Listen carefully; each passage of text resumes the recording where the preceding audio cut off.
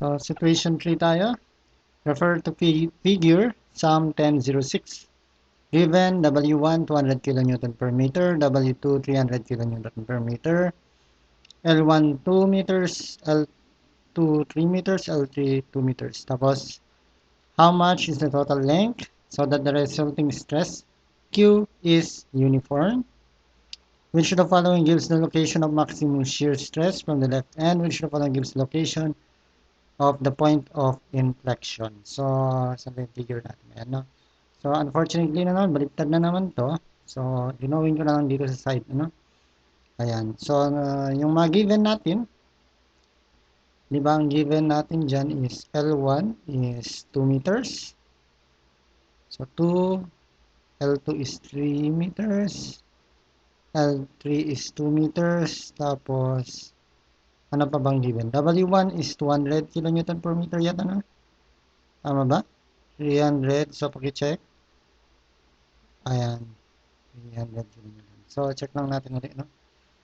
200, 300, 232. Okay. So, yung una niyang tanong, ano daw yung dapat na length nito para ang ating, itong pressure dito sa baba is uniform. So, ang unang tanong, paano ba, o kailan ba natin masasabi na uniform yan? Okay, doon tayo sa, no? Ano ba yung itsura nito? Ano ba to? Ano bang nire-represent niyan, no? Parang yung support mo yung buong ito, di ba? So, ang pinaka naisip ko dyan, no? Pwedeng soil yan, di ba? Nakalagay sa soil. So, parang footing. Kaya ano to? Di ba ang ginagawa natin? Parang combined footing actually yan, no? Nagawa natin, no? Recall lang. Record. Ayan. Yan. Sabihin natin combined footing. Di ba may dalawa tayong column dyan? Centric to. Nasa property line siguro, no? P1, P2, ayan. So, may P1, P2 ka. Tapos, kung kukuha ka ng shear, ang ginagawa dito sa P1, hindi naman point load yung nilalagay natin. Actually, dinidistribute natin yan sa column natin, di ba? Maging uniform load yan, parang ito. Pero ang lalaki ng length niyan, di ba? 2 meters, mga ganyan. So, ayan yan, no? So, hindi pang bahay siguro yung ginamit dito, no? Ayan. So, ayan. So, maliliit lang yan kasi maliliit lang naman column natin, no? For bahay. Ito siguro pang malalaki na, no? Pero ang liit pa rin ng... Anyway, so yan, parang ito yung pinapa natin, no? Sinisimbolize ito, ay yung nire-represent niya, symbolize. Ano ba yan? So anyway, pag meron kang load, syempre magre-react yung soil mo. Now, kung paano mag-react yung soil mo, sabihin natin yung resultant nito, no? Kung ang resultant mo hindi nag-act sa centroid, ibig sabihin natin centroid to, no? Ito yung centroid ng footing na yan. Tapos may eccentricity siya. Di ba pag may eccentricity, lagi nating sinasabi, magkakaroon ng rotation yan. In this case, magbe-bend siya, no? Ibe-bend niya yung footing natin. Ibig sabihin, kung isang side siya nakalagay, di ba doon magkakaroon ng compression, tapos doon sa kabila, magkakaroon ng tension. Kasi nga, tension, binabawasan niya yung axial load natin, compression, dinadagdagan niya yung axial load natin. So, ganyan yung nangyayari pag yung eccentricity mo, kung meron kang eccentricity doon sa load mo, di ba? So, para magkaroon tayo ng uniform, ibig sabihin, ano dapat mangyari? Dapat walang eccentricity. Okay? Kung gusto mo ng walang eccentricity, dapat dumadaan yung load mo sa centroid. So, ano ang centroid ng isang rectangular footing? Diba gitna? So, in other words, para uniform yung ating soil pressure o yung reaction na pressure dito, hindi niya nang sinabi yung soil yan, di ba? Pero sinabi ko lang, no? Parang kamukha niya. Is that dapat nasa gitna. Ibig sabihin, yung resultant mo dapat nandoon sa L over 2. So, ganun lang yun, no? So, ibig sabihin, magbabarig nons lang pala tayo dito. So, magbabarig nons lang tayo, kukunin natin yung resultant, x bar, tapos ita-times 2 natin yung x bar. Di ba ganun lang yun? So, ano yung resultant niyan? Oh. Ang resultant nito, add lang natin yung dalawa, di ba? 200, syempre kilonewton per meter yan, times 2, para maging kilonewton. So, lagay natin, no, 200 times 2, i-add lang natin dun sa isa, 300 times 2. Di ba yan na yung magnitude ng ating resultant force? Tapos, yan daw, yung resultant niyan, sabihin natin R, sabihin natin R na kanyan, no?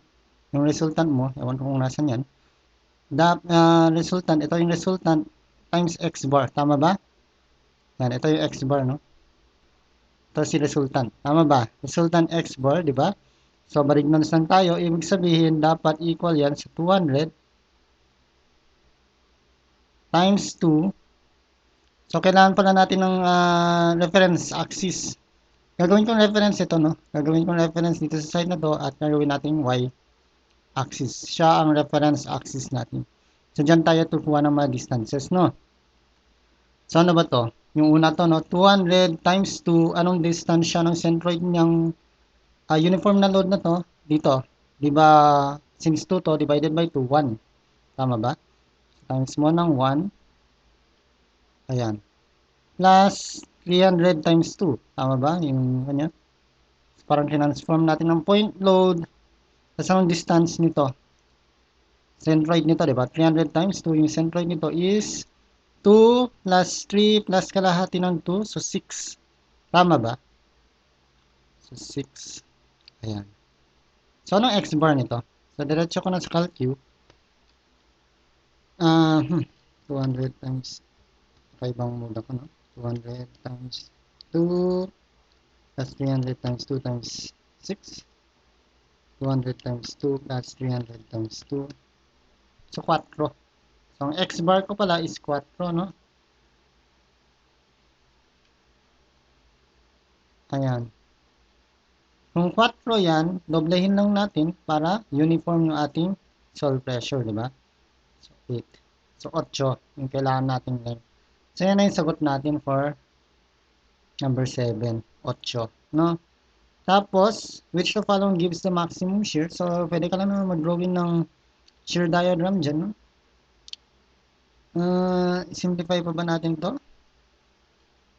Ito yung simplify, no? V. Anong V dyan?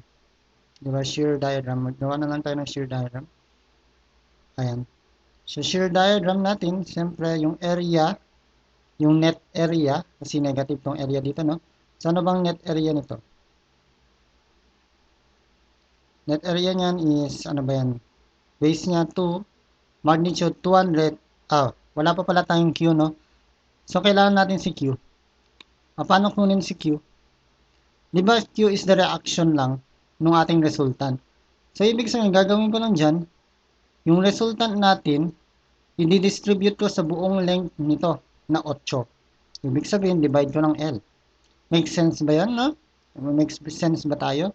So, anyway, 200 times 2, tama ba? 300 times 2, divided mo lang ng 8. Ayan. So, yan na yung Q natin. Ano ang Q natin? 200 times 2, 300 times 2, 8, 125. So, ang Q natin is 125. Ayan. So, 125 ang Q natin, di ba? Ang gagawin natin, net area lang. That is 200 minus 125. Okay. Tapos pag graph na natin dito, no? Pag marunong tayong mag-drawing ng shear diagram, alam natin na yung area niyan, since constant yun, magiging linear siya. So, magdadagdag tayo ng degree. Degree ba tawag doon? So, anyway, 2 times 200 minus 125, 150. So, negative 150 ang lalagay natin. Negative 150. Tayo ng negative 150. Kalimutan ko palang mag-drawing ng maliliit na linya dyan, no? Dapat meron. Ayan. Gawin natin, no? Para makita natin.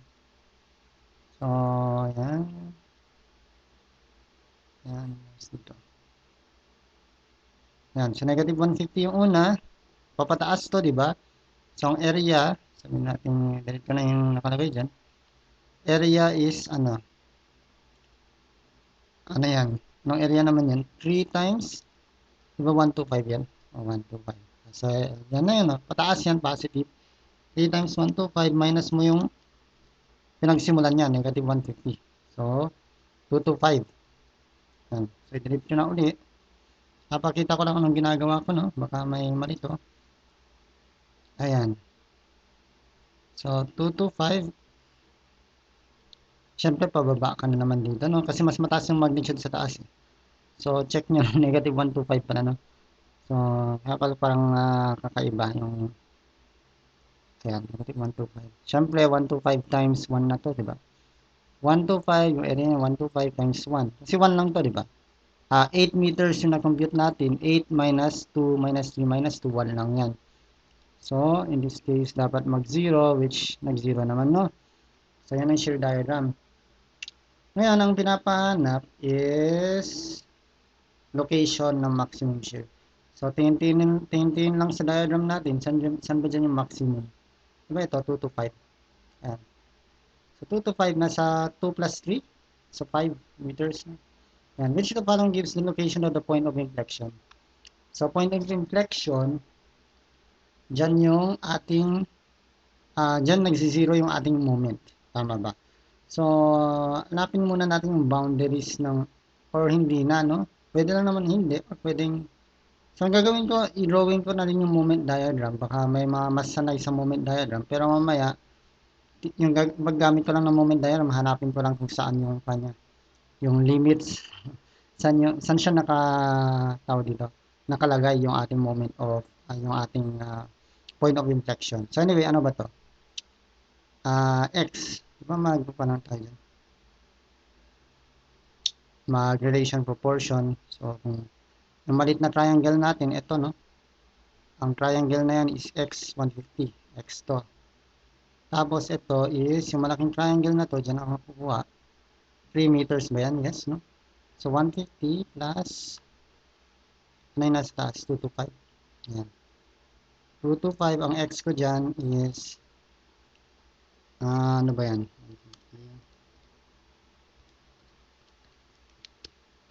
1.2. So, 1.2 to. Okay, mahirap ilagay. So, anyway, ito is 1.2.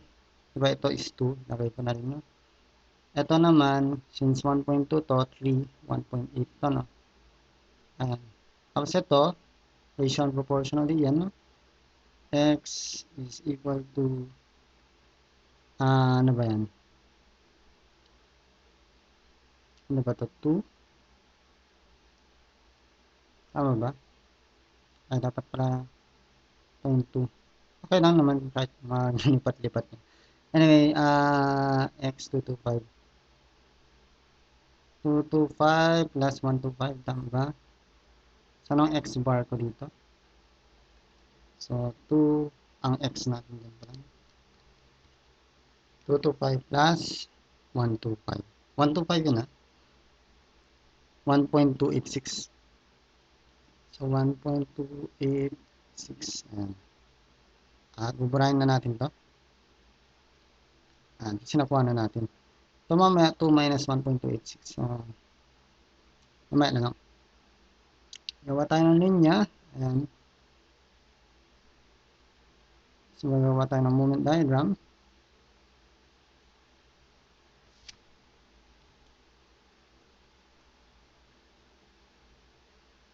Ayan.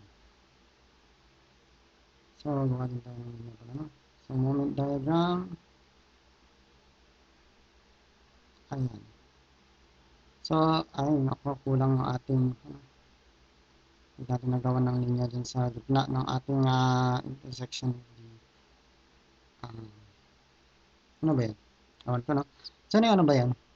Area, di ba? Area under to, pababa yung ating moment. Negative, no? Negative ba yan? Anyway, ang area natin dyan, 1/2. Base natin is 2 plus 1.2. Pinagsama ko na itong dalawang triangle, pareho lang naman, no? Times 150. At hindi naman sa atin importante yung shape niya. So, approximate shape lang to, no? Natin ganyan. 1.2. Ayan. Parang ganyan. 240 pala. Ay, baliktad. Mali. No? Actually, hanggang doon sa intersection, no? Ng shear at saka ng zero. O ng x-axis. Yan. Tapos, eto, no? Gawin ko na yung isa yan. So, ang gagawin ko, 1/2. Ang base natin is 1.8 plus, nakikita ba yun? 1.8 plus 1.286 times yung height niya na 225. 347.175. So, ibig sabihin, positive yan, no? So, makukompute natin dyan is 107,175, di ba? Saan ba yan? Hanggang dito yata. Pin natin dito. 107.175. So, ano to? 2 minus 1.286 0.714 to, no? 714. Itong part na to, tapos 1 meter to, di ba? So, area lang yan. 0 siya ngayon. Ayan. So, yan na yung approximate natin, no? So, kaya ako ginrinowing tong moment diagram na to, no? Para mahanap natin yung location niya. Pero hindi naman necessary. Ito lang sa mga mahilig sa pag-drawing nito, no? Ayan. So, ibig sabihin, ayan. Kikita naman, no? Saan ba nag-zero yung moment natin? Dito part. Ang gagawin ko, since ako yung nagsasolve, no? Since yan yung moment diagram, alam natin na nandito na siya sa part na to. Tama ba? So, ang gagawin ko na lang, gagawa na lang ng moment equation. So, magkakat tayo ng section. Gawin natin A bar. Ayan. So, sa section A bar, no? A bar, gagawin ko, magkakaroon ako ng moment dyan. Tama ba? Gawin natin moment. At magkana lang tayo, no? Kukunin natin yung moment equation dyan. So, M, in terms of X, ang X natin is from the Y-axis na naman, no? So, yan yung X natin. So, siguro naman alam niyo yung paggawa ng moment equation sa DIM or double integration method. Yan na lang yung gagawin ko dito. So, 200, since alam ko nandito part lang naman siya. Ano ba yan? So, 200, actually, hindi yan 200, no? 200 minus 125, 75 yata, no? So, 75, minus ko lang yung 200 sa 125, no? Yung 2, yung kanya length niya. Tapos, yung distance niya from here to here. Ano ba yan? Diba x minus 1 lang yan? Tama ba? Si x tong buong to, tapos x minus 1, itong part na to, diba? Dito yung ating centroid, ibig sabihin, may 1 meter ka dito, ito is x. Tama ba? Tapos, since pataas yung isa, negative, 125 times 3, x minus, anong distance niya, no? So, kung ito x, ito ang hinahanap nating value, no? X minus, ano ba to? 2 plus 1.5, diba? So, minus 2 minus 1.5. 1.5 is yung kalahati ng 3. Tapos, meron pa ba? Itong part na maliit na to, no? So, may maliit na part siya dyan, which is, di natin alam saan yung kanya, diba? 300, so positive yan. 300 minus 125, ano yun? 175 pala, no? So, 175 times x minus 5. Yan yung width niya, di ba? So, kung ito x, hanggang dito lang yung ating kailangan. So, x minus mo tong part na to, di ba? So, x minus 5. Tama ba? Tapos, yung gitna niya, yung moment arm niya, hindi dapat squared over 2. Tama ba? So, x minus 5 divided by 2. Kasi sa gitna niya. So, yan na siguro yung equation natin. Tapos, since hinahanap natin yung moment, yung location na ang moment natin maging 0 at napag-alaman na natin na dapat nasa in between siya ng 5, no? 5 at saka 7, diba? So, ang x natin dapat dito is more than 5. So, type lang natin yan. Napalabas tayo. Ayan, x dito, napalabas natin x is 5.179. Okay. So, yan na yan, no? 5.179 meters. So, nandyan ba sa choices? Actually, medyo malayo, no? Pero according dun sa nag-solve din nito, no? Ewan ko lang kung tama kami. O baka mali kami. So, yan yung pinakamalapit. So, yan yung sagot natin. Okay?